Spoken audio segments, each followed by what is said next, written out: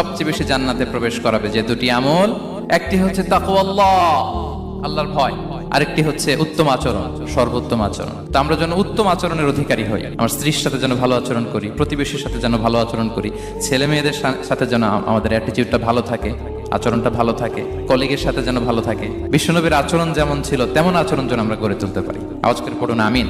সুনানে আবু দাউদের এক বর্ণনা বিষ্ণু ইসলাম বলেন, খুব চমৎকার একটি হাদিস, মনোযোগ দিয়ে শুনুন। তিনি বলেন, আনা যাইনুন বিবাইতিন ফি রাবাদিল জান্নাতি লিমান তারাকাল মিরাআ ওয়া ইন কানা মুহিক্কান। আমি ওই ব্যক্তিকে জান্নাতের আঙ্গিনায় একটা ঘরের গ্যারান্টি দেই যে ব্যক্তি তর্ক করার সময় নিজে হক এটা জেনেও সে তর্ক থামিয়ে দেয়। অনেক সময় হয় না, অনেকে পায়ে পাড়া দিয়ে ঝগড়া করতে আসে, এরকম আছে না নাই?